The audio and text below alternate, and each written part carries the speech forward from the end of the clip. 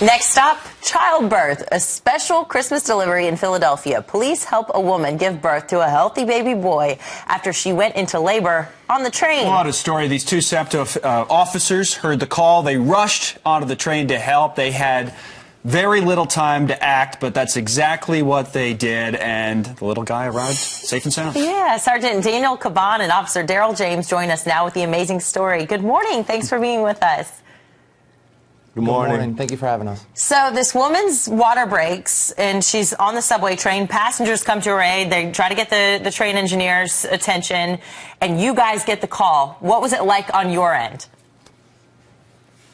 It was an amazing experience. Myself, I was at the street level, 15th Street. I had a passerby that was actually on that train that told me about what happened. And as I started rushing down there, another passerby told me the same thing, stating that a lady was going into labor. I'm running down there. I see Officer James and a few other officers. I'm like, guys, get your gloves on. I said, a woman's going into labor. We have a hospital case. And then you, Officer James, responded to that. I mean, what was going through your mind when you heard, I guess, the radio call? Well, what happened was I was on the opposite platform at first, and I saw the train, sitting around for longer than usual, and I went over to just check the train out at first. And on the way, I actually met the sergeant, and he said, "Come on, man, we got a woman going into labor. We got a hospital case." And that, immediately I just put my gloves on. And when we got down to the platform, seeing the crowds of people in front of the train car, we knew that was the one. And just from the expression on the commuters' faces, we knew it was the real deal. And after that, you just get into action.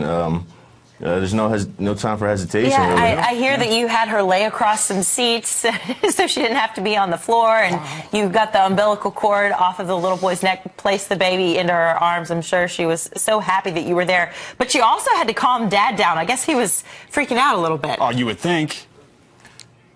Well, you know what? I mean, she was already in a position that was actually good for us, facing the center aisle. So we were able to get in and, better help her.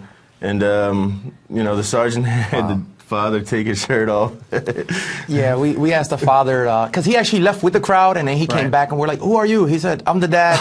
And we were like, "Okay, we need your shirt." So we wrapped the baby around with his sweater. That's something. Now, afterwards, they did have a chance to meet, right, with the mother, and there's a picture of you guys in the hospital. What was that like?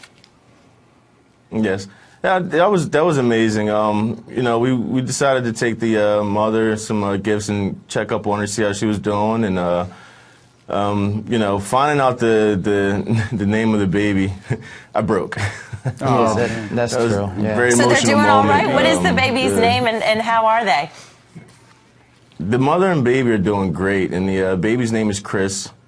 Chris. Well, I think at both first of you we should couldn't really understand exactly what she was saying, but it was, she said Chris as in Christmas. Chris for Christmas, of course. That was amazing. That's perfect great. for the season. I think both of you ought to be honorary godfathers, honorary godfathers. Thanks job. so much, Sergeant Daniel Caban and Officer Daryl James.